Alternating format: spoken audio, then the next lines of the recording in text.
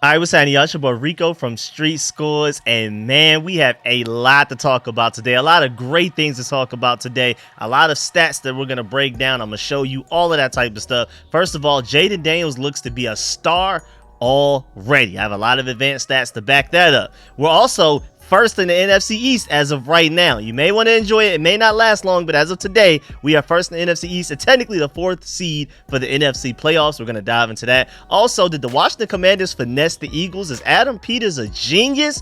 Also, all hail KINGsbury. I put the emphasis on King and Cliff Kingsbury and more. And just to let you know, this video is sponsored by BetUS Sportsbook and Casino. But before we dive into everything, make sure you stiff arm that like button, stiff arm the subscription button, stiff arm the bell next to that subscription button so you get notification each and every time I release an informative and opinionated video just like this one. Make sure you stay tuned for all of the content. I'm keeping y'all updated on everything going on. I haven't had the chance to get to the film sessions that are exclusive for channel members, but go check out that Terry McLaurin film session that I already put out for everybody to see. Let me know what your takeaways are from that. Whose fault is it that Terry McLaurin is not having his best start? But those are on the way. Before we play the Bengals Monday night, you're getting at least 2 film sessions. I'm planning on doing at least Johnny Newton and Brandon Coleman and probably Brian Robinson as well. So be on the lookout for those film sessions. Again, those will be for channel members only. And of course, stay tuned because I'm coming with daily videos. I'm gonna come out with a preview video for the Bengals matchup that we have Monday night soon. Like, it's gonna be like, what are some of the weaknesses that they have that we can attack? What are some of their strengths that we need to worry the most about? All of that type of stuff. So stay tuned for all of that, and I will be live streaming that game Monday night, of course. Without further ado, let's go and dive into this video, man.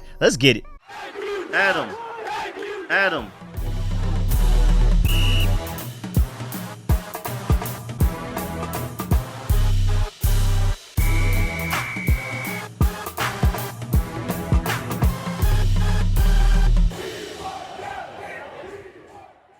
All right, now granted, it's only week 2. A lot of things could change, but it looks like Jayden Daniels is potentially a star, man. It looks like we probably have a franchise quarterback, and yeah, we have a lot of things to worry about with this roster overall. We are not seem to be a playoff contender just yet, especially because of our defense. We're going to get to that for a little bit as well, and I'm probably going to do a deep dive into that, a separate video at some point this week before the Bengals game. But we're probably not playoff contenders at all right now. We definitely don't seem to be Super Bowl contenders right now. But the hardest thing to find in the NFL, and the thing that you need to find most importantly above all else, is a franchise quarterback. And Jayden Daniels, even though it's hard to say within just 2 weeks that we already have the guy definitively, but he's showing all of the signs of the guy. I plan on probably doing some type of like film session of his, maybe after the Bengals game, breaking down like exactly how great he is and things that you may not notice necessarily on the broadcast, where even if it's like a bad play, like it's an incomplete pass, you're seeing like Jayden Daniels is doing the right things. He's making the right decisions. He's more aware of what's going on than you probably think just looking at the natural game from broadcast view. So that's going to be a separate thing. But again, he's showing signs already, and the stats also back it up. We have some things where he's doing things that like no other quarterback has done yet. Let's get into it. First of all, Jayden Daniels, when blitzed week 2 versus the Giants, he was 9 of 9 passing, 140 yards, a 118.8 rating, and an 18.3 CPOE. That is elite level stuff, y'all. That is like top 5, at worst top 10 quarterback type of statistics. You cannot blitz this guy, and it's even crazier because I talked about this and I broke down the stats and even like gave you the reasons with like a little bit of film as to why in college you couldn't blitz this guy, and it seems like it has translated to the NFL level. You blitz Jayden Daniels, you will pay, so you might as well just go ahead and leave him alone. I mean, you may get a sack, but you're also potentially going to allow this guy to go 9 for 9 against you, man. And then also, let's compare him to the rest of the NFC East, since we're being real petty today. We're going to compare him to a lot of people in this video, but let's start with the NFC East. First of all, Dak Prescott, 2 interceptions. Jalen Hurts, 3 interceptions. Daniel Jones, 2 interceptions. Guess what? Jayden Daniels, 0 interceptions. Now, granted, he doesn't have any touchdown throws, but he does have 2 rushing touchdowns, and we weren't able to find the end zone at any point in that game against the Giants, but he was one of the main reasons that we were able to dominate time of possession, convert a bunch of 2nd and 3rd and longs. I think the touchdowns are inevitably going to come. You get into the red zone that much, you figured out really the hard part. Going from 20 to 20 is typically one of the hardest things to do. especially as consistently as we did it against the Giants. And I also feel like the Giants deserve credit for having a way better defense than what people think. I think overall, throughout this entire season, people will finally realize that Giants defense is actually really good. They just happen to go against a really efficient Commanders offense. But my point is, I think that the touchdowns will come. You're able to move the ball that well. Eventually, you'll figure out the code to score. And we scored 3 touchdowns against the Buccaneers, so it's not like we haven't done it all season. It's just, I don't know, that Giants game, I feel like it was more so than self-inflicted penalties by our rookie tight end, Ben Sinnott, and that offensive line that kept setting us back. Because we had one play, I think we were like 3rd and 1. I think we had like a 6-yard run, then a 3-yard run. We're there at 3rd and 1, false start. Now it's 3rd and 6. The whole playbook is completely different, and that's more than likely our best shot of scoring a touchdown in that game. Either way, though, again, not really much to blame on Jayden Daniels there. Also, specifically, look on the screen right now, comparing them to the NFC East quarterbacks. He also has the highest passer rating, even though, again, he doesn't have any passing touchdowns. He has the highest passer rating. But even when you're including total touchdowns, he still has the same amount as Dak Prescott and Daniel Jones, even though he hasn't thrown for one. He just ran for his. But as of right now, he's 2nd in yards passing right now between those 4 quarterbacks. He's tied with everybody else outside of Jalen Hurts for 2 touchdowns across the way, all the other 3 quarterbacks, and then Jalen Hurts has 4, of course. He's the only one without an interception. Everybody else has at least 2. Jalen Hurts has 3. And when it comes to rushing yards, he has the most with 132. Jalen Hurts is 2nd with 118. Dak only has 15. And Daniel Jones, as much as it felt like he was running against us, he only has 47 on the season. And again, passer rating wise, nobody is above Jalen Hurts with an 84.5 other than Jayden Daniels, and he has a 97.2. So there's a considerable gap there. Now also, let's put it into this perspective. Shouts out to @DC_rising on Twitter. Jayden Daniels has more rushing yards than Derrick Henry, Breece Hall, Kyron Williams, Devon Achane, Travis Etienne, and Jahmyr Gibbs. But at the same time, he has more passing yards than Trevor Lawrence, Josh Allen, Aaron Rodgers, Justin Herbert, and Caleb Williams. Stop sleeping on Jayden Daniels, please. Also, EPA per play. Look at this on the screen right now. Right now, Derek Carr, you could argue if we had to pick an MVP for the league today, Derek Carr would probably win right now. He's having that fantastic of a season, and it's beautiful that his best game of the season between the first 2 games so far, you could say, were against the Cowboys. He was even like dancing. He's showing a little bit of ego. That's what's up. Then you have Josh Allen 2nd. You're going to see Josh Allen in another chart that we do where he's just blowing everybody out when it comes to like a certain advanced stat set up for quarterbacks.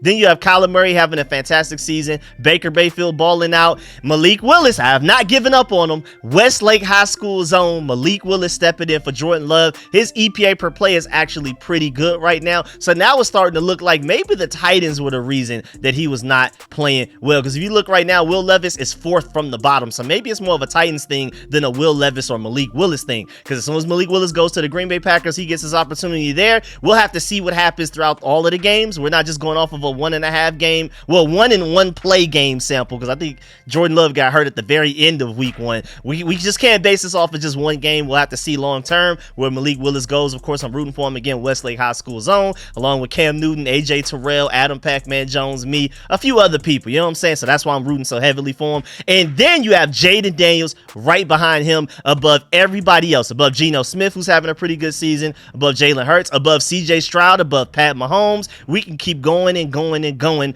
The only people above Jayden Daniels are Malik Willis, Baker Mayfield, Kyler Murray, Josh Allen, and Derek Carr when it comes to EPA per play. And those are like the super advanced stats. When we're talking EPA per play, that means everything included. That also includes outside factors, like basically isolating, okay, this is probably like, instead of just surface stats, we're looking at, okay, so your offensive line is bad. How do you make up for that? Like outside of your offensive line is bad. Just say basically EPA per play is the best way of basically putting it. If everybody had the same offensive line, if everybody had the same wide receivers and tight ends, and we're going against the same defense, who would look the best, who would perform the best? That's basically what EPA per play tries to achieve. They try to make sure they take out any outside factors, make sure that's included to where like, okay, his offensive line is worse. So you got to give him a little bit of credit here because this guy has a better O-line, this guy has a worse one. They try to even the playing field as much as possible. So this is like the best way to try to do that. There's no perfect science to it, but this is probably as good as it gets. And Jayden Daniels looks like a top 6 quarterback in the NFL based off of that. Also moving on, just to compare him to some more more top quarterbacks right now.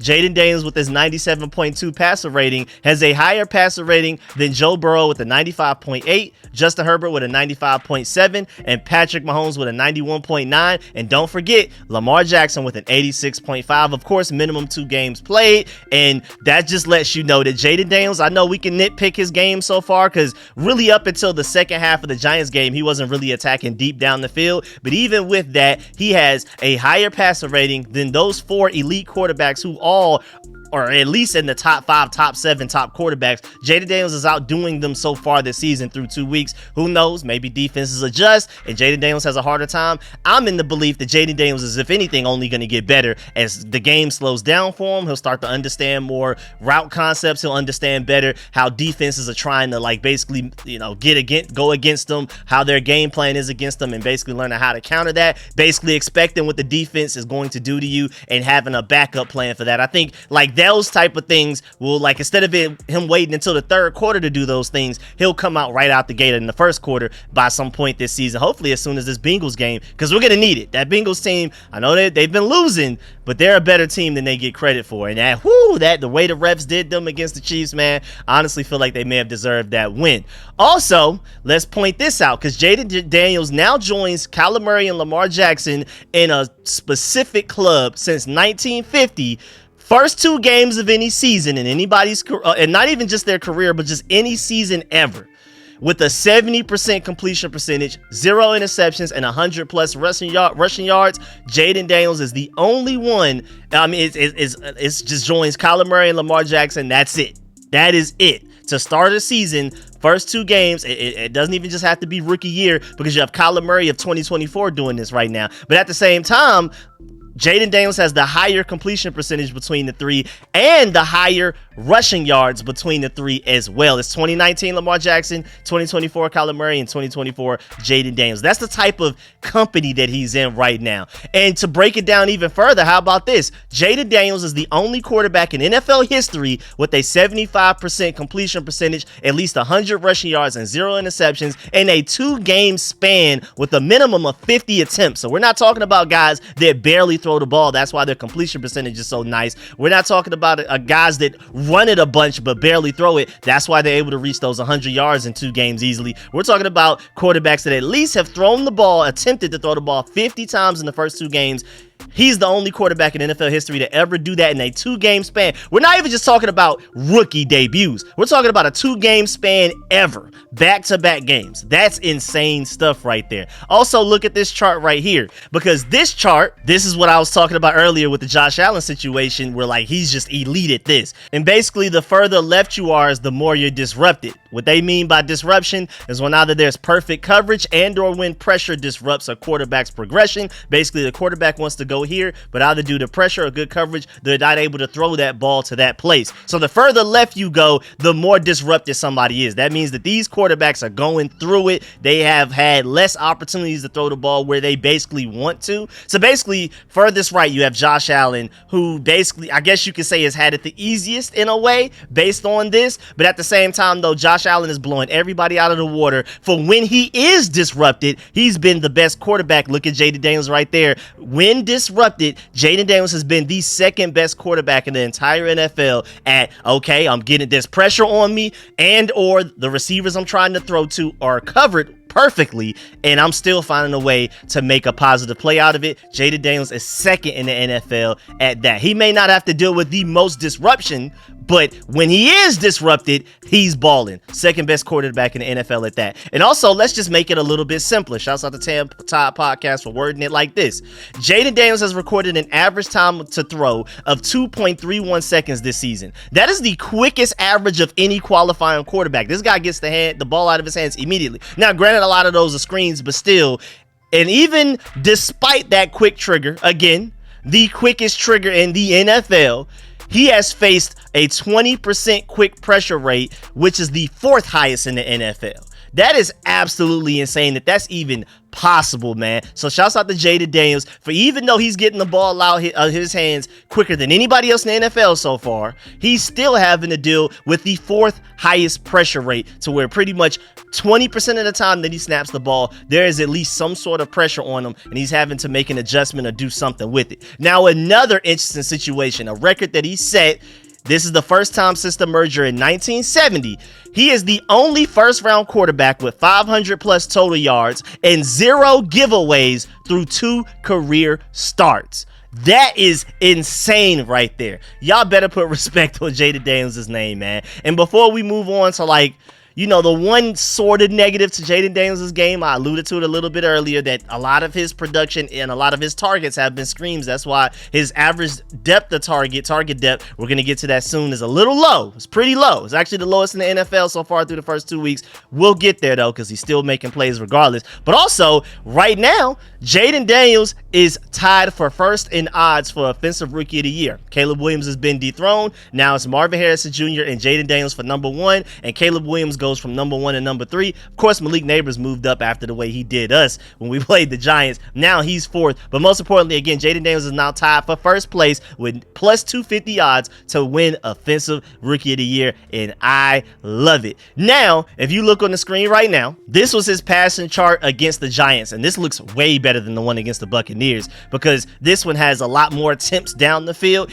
and of course, subsequently, more completions down the field as well. I mean, against the Buccaneers, it was a bunch of 10 yards or less. At least this one includes a lot of ones that are 10 yards plus. And of course, you got to remember they took away that Terry McLaurin one that went for like 10, 15 yards because of a Nick Allegretti penalty where he was a legal man down the field. So you would have included that in this if that penalty didn't happen, which was really unnecessary. It didn't even help the play. It didn't help Jayden Daniels get the ball out better. It didn't help Terry McLaurin get open. So that was like a really annoying penalty that we suffered. But either way, Jayden Daniels has a 5.2 yard average target depth, which is the lowest in the NFL through 2 weeks of action. So that's one thing that you kind of got to watch out for. But at the same time, he's been efficient. We've been moving the ball. And most importantly, in the second half of that Giants game, you saw him open it up, and he can attack down the field. Cliff Kingsbury just wanted to make it a little easy on him starting out. But we're going to get there when we talk about Kingsbury. I'm putting emphasis on King because that boy has been balling out. You'll see with the advanced stats. When I watched the tape on it, I was like, oh yeah, Cliff Kingsbury cooked, man. I don't know what a lot of people are talking about, blaming Cliff Kingsbury for a lot of our struggles right now. And then when you look at the advanced stats, you're like, oh no, this guy is balling right now. But we do have something to talk about when it comes to Cliff Kingsbury, and you know, some concerns that I do still have, though. He's not the perfect offensive coordinator. We're gonna get there. But also, have y'all seen these stats that put all three rookie starting quarterbacks in a pot together, man? Why is Jayden Daniels included in these stats? Like this one here, first of all. They said Bo Nix, Caleb Williams, and Jayden Daniels have combined for 6 interceptions and 0 touchdowns so far this season. Rough start for the rookie quarterbacks. What does that have to do with Jayden Daniels? Why is he in that stat? The other two have all of the interceptions, and Jayden Daniels has 0. Why is he in here? Yeah, he hasn't thrown for a touchdown pass, but he's run for 2. It's not like his offense is just devoid of points or devoid of a win. How about that? And then the next one, even worse. This one right here by the 33rd team. Like, thanks a lot for this. Caleb Williams, Jayden Daniels, and Bo Nix combined through week 2. 0 passing touchdowns, 3 rushing touchdowns, and 6 interceptions. Why is he included in that stat? If you're trying to point out how bad the rookie quarterbacks have been, exclude Jayden Daniels from that. I already just gave you the historical stats that Jayden Daniels have already put up to where he's like beyond pretty much any other rookie quarterback ever, at least since the 1970 merger with that one stat. And he's up there with like Jayden Daniels and Lamar Jackson when they've been at their best in their careers. Not even just their rookie selves, but at their peak. And you still somehow include him in this crazy stat, man. I'm not getting it. This one's even worse to me because all Jayden does is make the stat line better. You include him in this to make it seem like the rookie quarterbacks are all off to bad starts. It's not Jayden Daniels, it's the other two. He literally only makes the stat better. He contributes no interceptions, and he's 2 of the 3 rushing touchdowns. So I do not understand why they put him in those stats. But before we move on to all hell Kingsbury and a few more things that we have to talk about in this video, like the Washington Commanders finessing the Philadelphia Eagles. And speaking of the Philadelphia Eagles, how the Washington Commanders are #1 in NFC East right now. Before we get to that, Gotta let you know that this show is provided by Best US Sportsbook and Casino. If you're looking for a new sportsbook, it should be BetUS for sure, man. First of all, they have the fastest payouts in the industry, and I know y'all want y'all money fast. I know I do. And right now, BetUS is offering you a 150% sign-up bonus on your first 3 deposits for up to $2,000 with code YouTube150. That's YOUTUBE 150. They have a fast and easy deposit and withdrawal process too, man. Like, why not? So let's dive into some of the bets that they have on their website right now, because they have some good ones, man. And like I mentioned earlier, Jayden Daniels for Offensive Rookie of the Year, man. That's something you may want to look into, man. You may want to go ahead and put that bet in now, because I'm predicting that he'll only get better and better and ball out. So if you plan on ever putting that bet in for Jayden Daniels, now is the time. Even though, according to them, he's in 3rd place based on like their charting, like in order, like as you can see on the screen right now. On BetUS's website, they feel like Jayden Daniels has the best odds with a plus 250. Marvin Harrison Jr. is plus 300, and then Caleb Williams is plus 375. Again, I'm not sure why they have Jayden Daniels in 3rd place, even though he has the best odds right now. But say if you wanted to put in right now, even though he does have the best odds, those are still pretty good odds if you want to go ahead and put that bet in. Because if you say you put $100 down, you could end up winning $250 from that bet. Or say, you know, you just want to put like a quick little 10 on it, you could end up getting $25 just from putting $10 down on Jayden Daniels winning Offensive Rookie of the Year. And based on the momentum that he has right now, granted, Marvin Harrison Jr. did ball out in that Week 2 game, and maybe the Arizona Cardinals will figure something out, but a receiver can't throw the ball to himself. Jayden Daniels is in the driver's seat, I believe, right now for Offensive Rookie of the Year. I feel like Caleb Williams has a big mountain to climb, because even say Caleb Williams figures it out, something snaps, and he starts balling out from Week 3 on, which I highly doubt, because he looks like he's seeing ghosts right now. So I'm not even expecting him, but just say best case scenario for Caleb Williams and the Bears, he figures it out Week 3 and beyond, he balls out. I don't see Jayden Daniels slowing down anytime. So I think Jayden Daniels has an excellent opportunity to win Offensive Rookie of the Year. And again, like I told y'all weeks ago when we were doing these BetUS bets, man, it would have been better to do it back then because his odds were lower, so you could have made more money. You could have put $100 down and got way more money out of it. You better do it now. If you plan on doing it, you know what I'm saying? Gamble responsibly, but if you plan on doing it, now is the time, because his odds are going to only increase, and that's going to mean even less money that you make from it if you want to put any money down on him winning the Offensive Rookie of the Year. And as of right now, I mean, barring injury, knocking on wood or anything like that, I have Jayden Daniels winning Offensive Rookie of the Year. I don't think that sounds crazy. Even everybody in the national media like Chris Sims, Darren Orlovsky, everybody's saying that Jayden Daniels is clearly right now the best rookie quarterback. And anything offensive of the Player of the Year, Rookie of the Year, that's a quarterback award, man. And you gotta like really have a historical season to win it as a receiver, as a running back, as a tight end. It's a quarterback award, so that just automatically puts him ahead of Marvin Harrison, in my opinion, unless he breaks some crazy records, which is unlikely. Jayden Daniels can have a good season and still beat out Marvin Harrison, who has a great season. It's just a quarterback award. So again, for those reasons, I think Jayden Daniels will end up winning it, but a lot of things can happen from here to now, but I feel like this is a good bet to make. But again, please gamble responsibly. And before we go, again, just to let you know, BetUS is now offering you a 150% sign-up bonus on your first 3 deposits for up to $2,000 with code YOUTUBE150. Now back to the regular schedule programming, man.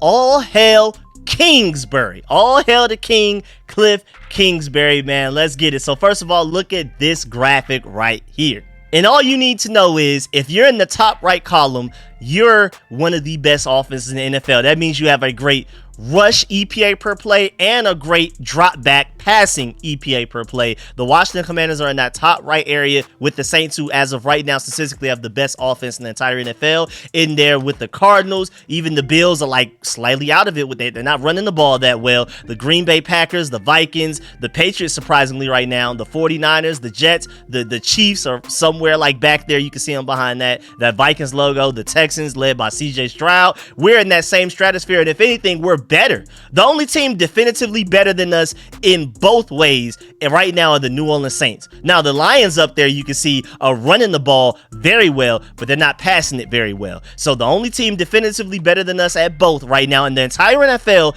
are the Saints, and Cliff Kingsbury deserves a lot of that. And shouts out to my boy Mason Kinahan for pointing out the fact that when was the last time a Washington Commanders offense was ever in the top right section of a graphic like this? I completely agree. Now, moving on to another graphic, we're looking at explosives and EPA per play. So we're not talking about just being efficient, we're talking about how explosive are you as well. Again, we're in the top right. Explosive is to the right, and the more efficient you are at EPA per play, the further up you are. Another situation where the Washington Commanders are in the top right of a chart, and as you can see, we're around a lot of the greater offenses in the NFL right now. That bottom left is the worst, the top right is the best, and then you have some guys, a couple of good ones, like you're pretty explosive, but you're not efficient at the bottom right, and then you're efficient but not explosive at the top left, basically, is the best way to put it. And then look what Cliff Kingsbury has Austin Ekeler and Brian Robinson looking like right now when it comes to running back efficiency. When we're talking about missed tackles going to the right, and we're talking about yards from scrimmage per touch going up right now, and this is a mix of Cliff Kingsbury and their individual effort, especially when you're talking about missed tackles to the right. The further right you are, that means that's more individual effort, that's you doing it. The further up you are is more so the offensive coordinator, the offensive line blocking well for you and things like that. But either way, another situation where we not only are in the top right, but we have two guys in the top right. Look at Austin Ekeler all the way up there. Only J.K. Dobbins is definitively having a better season efficiency-wise on a per snap, per carry basis than Austin Ekeler right now. And then the only person above Brian Robinson are Austin Ekeler and J.K. Dobbins. So you could argue we have two of the three most efficient running backs in the NFL right now, which you could argue now that we have arguably the best running back duo in the NFL right now, and they can't do that alone. Again, the further right they are is more individual effort. They're balling, but Cliff Kingsbury also deserves a lot of credit for how far up they are as well. And you also need to give some credit to Anthony Lynn. And like I did in my video breakdown after like my review of the Giants game, I talked about how offensive lines coach that we got from the Giants this year, how he's contributing. Like we've run some plays that he clearly brought with him from the New York Giants that they used to run last year. Brian Johnson from the Eagles, he brought some of the plays that he used to run with Jalen Hurts here as well. Cliff Kingsbury is showing you some stuff like the quarterback keeper out of empty and things like that, like he used to do with the Cardinals. He's contributing to the run game, but I feel like Anthony Lynn is making a big time difference, especially for Austin Ekeler, now finally reuniting with him for the first time since Anthony Lynn was the head coach of the San Diego Chargers. Oh, Los Angeles Chargers, my fault. Now, also, shouts out to Chris Cooley for pointing this out as well. He said he's seeing a lot of Ekeler should be the lead back, and he said that he strongly agrees with that. Kingsbury has found an excellent balance between Brian Robinson and Austin Ekeler, and after watching the last staff criminally misuse Gibson, and you see how he's balling out for the Patriots right now, it's never been his talent. I mean, granted, he has to stop fumbling. It's never been his talent. It's been our offensive coordinators not finding a way to get him the ball in the best of ways. The Patriots have seemed to figure that out, and it's sad because now we have an offensive coordinator that could have done that with him, and instead of it being Antonio Gibson, it's Austin Ekeler and Brian Robinson. But back to his point, he said it's nice to see an offensive coordinator that actually knows how to properly utilize his backfield, and Cliff Kingsbury deserves a lot of credit for that, and I completely agree. I mean, Austin Ekeler is balling out when you look at the efficiency numbers, but don't sleep on Brian Robinson as well, because so far, Brian Robinson, among all running backs in the NFL through 2 weeks of football, he's second with 133 rushing yards. He's first in RYOE with a plus 61, so he's technically the most efficient running back in the entire NFL right now. He's tied for fourth in yards after contact per attempt with 5.1. This guy's almost impossible to tackle. So, and then he's also second in 10 plus run yard plays with 5. So he's the second most explosive running back so far through 2 weeks. He's tied for the fourth hardest to tackle running back. He's the single-handedly number one most efficient, and then he also has the second most rushing yards now. Come on, man. He's also one of 5 running backs to reach over 20 miles per hour this past week. He still got tackled from behind, but hey, man, this guy is moving and he's balling. Also, I want to point this out. Shouts out to @the_district with the number 1 for the first eye in district. He said Brian Robinson Jr. is 7th in the league in rushing yards. Jayden Daniels is 15th in the league in rushing yards. Come on now. You're one of your running backs, then your quarterback. That's not even including Austin Ekeler and how much he's balling out in the passing game right now and his efficiency, as you saw in that chart that I showed you earlier. Then, just overall, just to give a big thanks to Cliff Kingsbury and what he's done so far with this offense.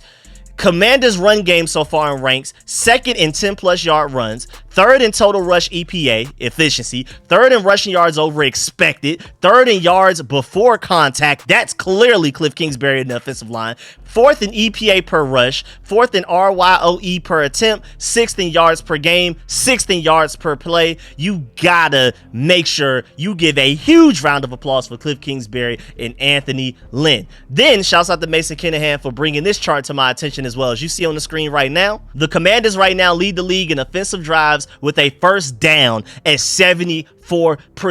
We're getting first downs better than anybody else in the league right now. We may not necessarily be scoring as much as everybody else. The Saints are killing everybody in touchdowns, as you can see according to the chart, and we're one of the worst when it comes to touchdowns. We have like a 7-8 way tie for 6%, a lot, like, and that's probably like bottom half of the league wise when it comes to touchdown efficiency. But first down wise, nobody's even in the 70%, and we are 74%. Cliff Kingsbury deserves a lot of credit for that, and I feel like we would score a lot of touchdowns, a lot more touchdowns than we have instead of field goals if our offensive line stopped getting false start penalties, and naturally they're going to get that figured out, and I feel like we're going to start scoring and putting up a lot of points, man. This is the most excited I've been about in the Washington Commanders offense probably since I've been alive, man. I mean, the Pierre Garçon, Deshaun Jackson days with Kirk Cousins were really good, and of course the RG3 2012 days were really fun as well. But when we're talking about efficiency, the potential for explosion, I'm just so excited, man. And then look at our offense compared to our defense. Like, if you want to really look at what Cliff Kingsbury is doing compared to the other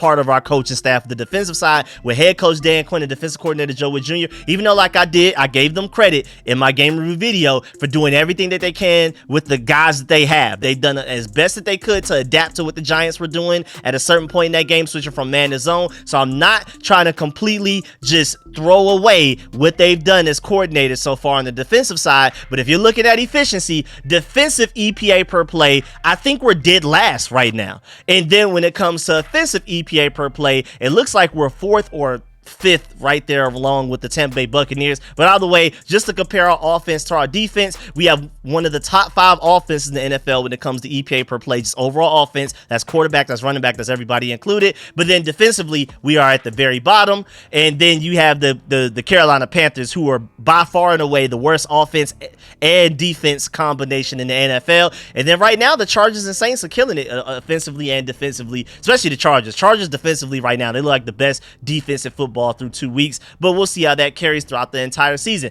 Now, let's talk about some of the, I wouldn't say necessarily negatives about Cliff Kingsbury, but definitely some red flags. First of all, right now, the Washington Commanders have a weird situation with the line behind the line of scrimmage. We just talked about it earlier with Jayden Daniels, and that's because of Cliff Kingsbury. 37.9% of the Washington wide receiver targets have come behind the line of scrimmage. That's the highest rate in the league right now, by far, because the league average is 11.3%. Shouts out to Rich Herbrar at Lord Reeves for that stat right there. So again, league average of percentage of wide receiver targets behind the line of scrimmage is 11.3. We are 37.9, nearly 40%. That is crazy. More than 1 out of every 3 of our throws are behind the line of scrimmage to our receivers right now. And I'm not going to lie, the saddest part is that right now our receivers aren't good at blocking. So we're throwing these screens and these guys are getting tackled behind the line of scrimmage because our receivers, most notably Luke McCaffrey, and you can even throw Terry McLaurin in there, have not blocked well in the run game and for these screens for other receivers. Once they get that down, these screens can become a little bit more diddly, but as of right now, it's doing a good job of getting Jayden Daniels going to get him into a rhythm, to gain some confidence a little bit. But it's right now, it's not being a very productive play for us overall. Even though it set up better plays later on down the game, it hasn't been the most efficient play yet. But again, I blame wide receiver blocking more than anything else, than play design, than play call, anything else like that. Again, like I talked about earlier, right now, week 1, after that Buccaneers game, Jayden Daniels had the quickest time to throw in the NFL with a 2.35 average.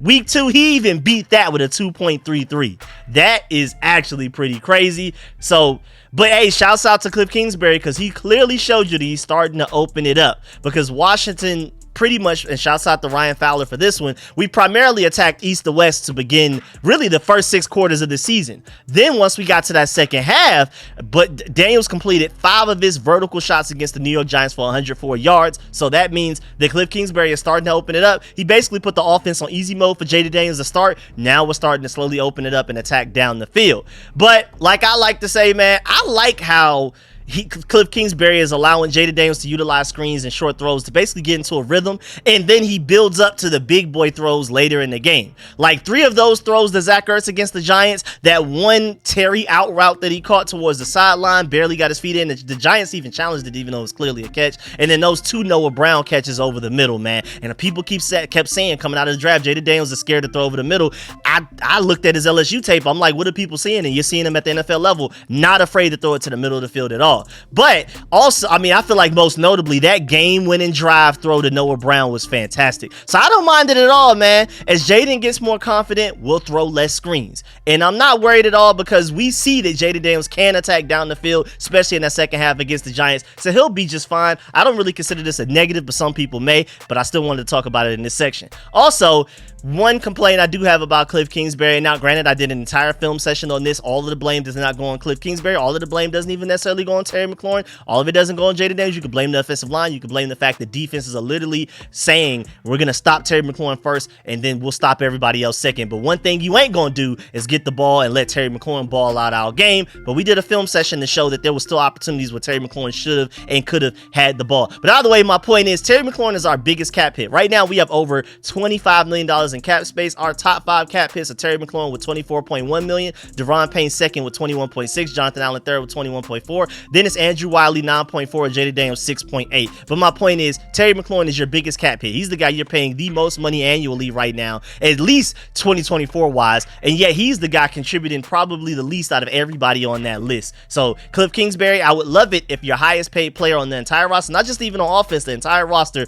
was involved a little bit more. And then the biggest worry of all for me for Cliff Kingsbury, and this one's definitely the one I'm concerned about the most, is because can Kingsbury keep this efficiency up and counterpunch after defenses counter what he's doing initially in the season. This is a very alarming stat, and this is what we talked about when we first hired Cliff Kingsbury, but shouts out to Mason Kinahan for pointing this out. There are so many stats right now telling you that the Commanders' offense is near the top of the league, but note that it is a common trend for a Kingsbury called offense to start fast. Here's the Cardinals offensive EPA per play rankings from weeks 1 through 7, and then weeks 8 through 18 when Kingsbury was the head coach for the Cardinals. Here it is right now. And so basically this is the point. Does the Cliff Kingsbury offense get figured out to a certain point and then becomes useless? Now, granted, up until 2022, his offense was at least still average at worst, but still to go from 11th to 19th, 6th to 18th, 3rd to 14th, and then 18th to 30th, it just seems like teams figured him out. And especially like going from 2021 to 2022, at a certain point he was 3rd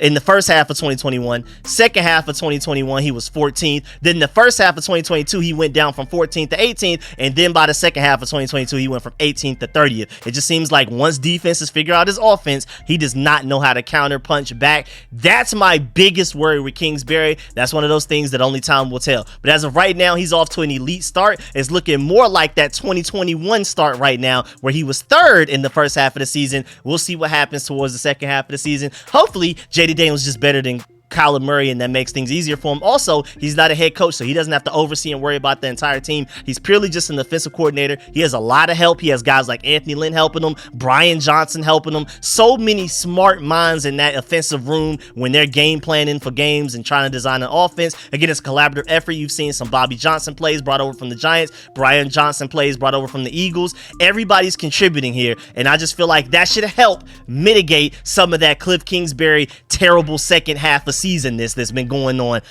when he was the head coach for the Cardinals. So I'm cautiously optimistic about that will not happen here, but only time will tell. Now, moving on to the next section of this video. I don't know if y'all know, but as of today, things could change next week. Hopefully we beat the Bengals. We'll see. We are first in the NFC East right now. First. Because first of all, this past weekend, the Eagles lost, the Cowboys lost, and of course the Giants lost because we beat them. We were the only team in the NFC East to win. And as of right now, it's a 3-way tie technically between the Commanders, Eagles, and Cowboys for being 1-1. It's just crazy how small the margins are because we were so close to losing that Giants game. And Malik Neighbors makes that second drop that if he catches that second, because he had a drop earlier in the game, if that second drop he had, if he catches that, we pretty much have no chance of winning. The margins are that small. He was having that fantastic of a game and had that drop. Also, we had a kicker make 7 of 7 field goal attempts that we just signed a few days before that game, not even an entire week before that game we signed them. The margins are so small, and it's the difference between us being at the bottom, the only team 0-2, to us being number 1 in the NFC East right now. But that's only because we're 2 weeks in, so that's why there's such a dramatic difference in whether you beat the Giants or not. Still crazy though. But either way, as of right now, we are the 4th seed in the NFC, only behind the Saints, Vikings, and Seahawks, because the Saints, Vikings, and Seahawks are all undefeated. And of course, if you're a division leader, you're automatically at least one of the top 4 seeds, and we get the 4th one because we're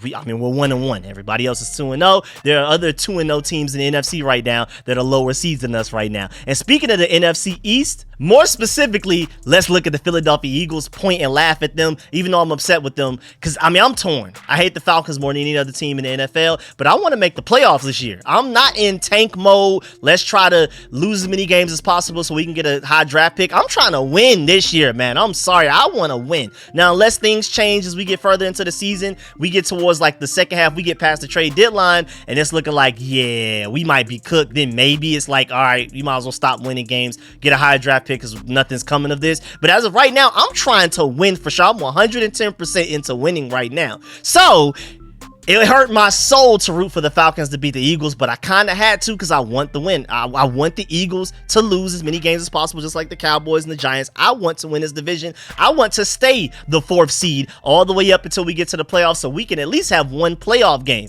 You know, those are pretty high hopes. That's a pretty big leap right now, but I'm rooting for it. That's the goal right now. To be completely honest, I'm pretty sure that's the organization's goal right now. Even though we're more so building towards the future, as shown in the fact that we traded away Jahan Dotson for picks. We're going to get to that. And I'm pretty sure, if anything, before the trade deadline leading up to it, we're more likely to be sellers than buyers.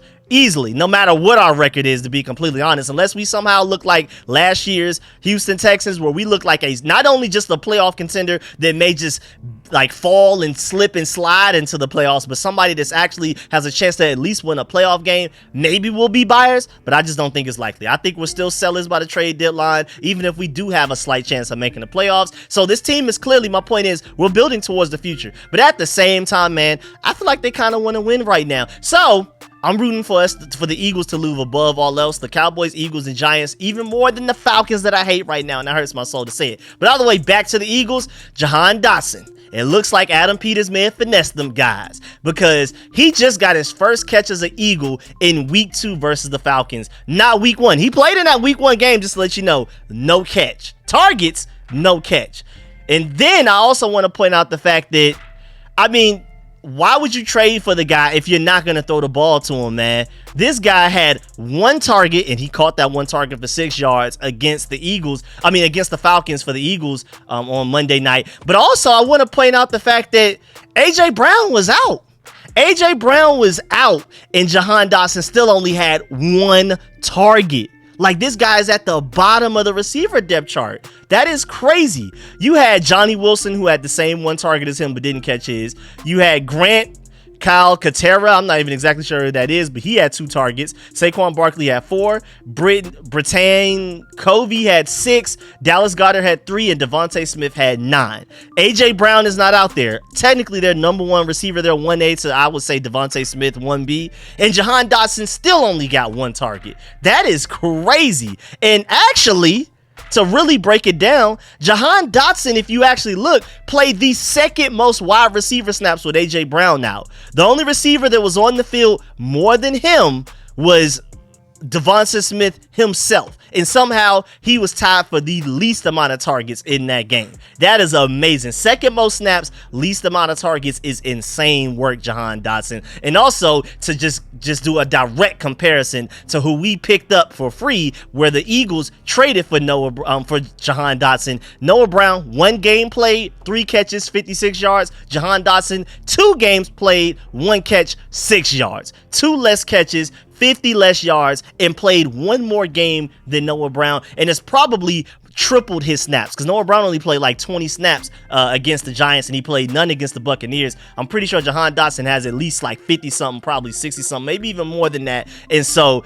I'll take it. Shouts out to Adam Peters. Salute to you for that finesse right there. I will take that 3rd round pick, man, any day of the week. Now, before we go, I want to talk about how weird the NFL is right now. I don't know if y'all noticed the trends. We talked last week about how barely anybody threw the ball for a lot of yards. Like, just the NFL in general, even the top quarterbacks, barely anybody threw the ball for a lot of yards. I know we were looking at Jayden Daniels in his debut. He didn't even reach 200 yards passing. Even a lot of the elite quarterbacks, a lot of the top 10 quarterbacks didn't reach 200 yards passing last week. Now there's some more weird trends. Shouts out to TYBO_95 for pointing this out. And this went viral on Twitter. He says, so everyone's hurt. That's one weird trend for the NFL. This is one of the most hurt starts to a season we've ever seen. Passing is dead. I mean, it literally seems like the passing game right now is dead compared to the running game. And Derek Carr is the best player in the entire NFL. But that's not just it. Listen to this stat for the kickers. Right now, kickers from 50-plus yards this season, everybody other than Justin Tucker is a combined 26 of 27 right now. Only one kick missed from every other kicker that's at least attempted from 50-plus. And I'm not going to lie, I think Cade York is that one miss. He may be that. I think he's that one miss where we attempted against the Buccaneers. Everybody outside of K. York, I think, has made every single 50-plus yard field goal. Guess what? How many Justin Tucker has made? He's gone 0 for 2. I don't know what's going on in the NFL right now. I said that the league was upside down while watching a lot of those games going on Sunday. While we were playing the Giants, I was looking around the league, and I was like, man, the NFL feels like it's upside down. But this is even a worse situation than I thought it was originally. That stat alone is insane. Derek Carr is the best player in the league. Passing is dead. You can't throw the ball. You better off running it. And Justin Tucker is one of the worst kickers in the NFL right now. I even saw an article somewhere that it was like the headline, growing concern for Justin Tucker's fall off so far this season. Like, Raven fans are concerned that Justin Tucker may be going from last year being the best kicker in the NFL for like consecutive seasons, you could argue, to one of the worst kickers in one offseason. I don't know what's going on. It's only been 2 games. I would tell Ravens fans to not overreact just yet. But this NFL is upside down right now. Justin Tucker is one of the worst kickers in the NFL. Derek Carr is one of the best quarterbacks in the NFL. Crazy stuff right now. Hopefully, Jayden Daniels is the only thing that holds true, because we only have a 2-week sample size, so everything can probably just even out and everything can become normal as we get through a whole 18-week season, 17-game season. Hopefully, Jayden Daniels is the only thing right now that remains constant. When the league fixes itself and puts itself back upside down from being upside down to normal, hopefully Jayden Daniels continues to stay at the top. We'll see, though. But yeah, man,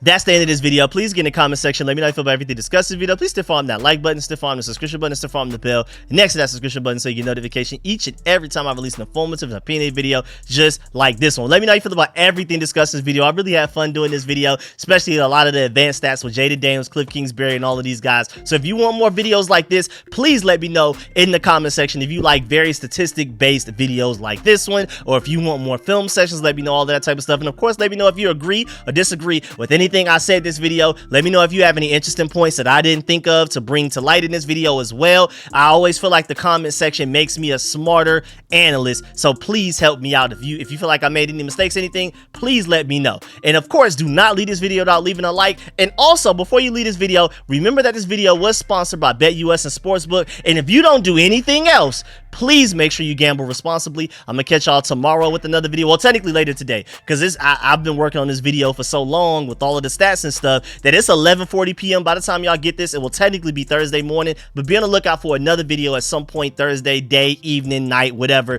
I'm still coming out with a video Thursday. This video technically counts as Wednesday, September 18th, even though technically by the time y'all get it, it'll be Thursday morning. So I'm gonna catch y'all later with another video. I'm out.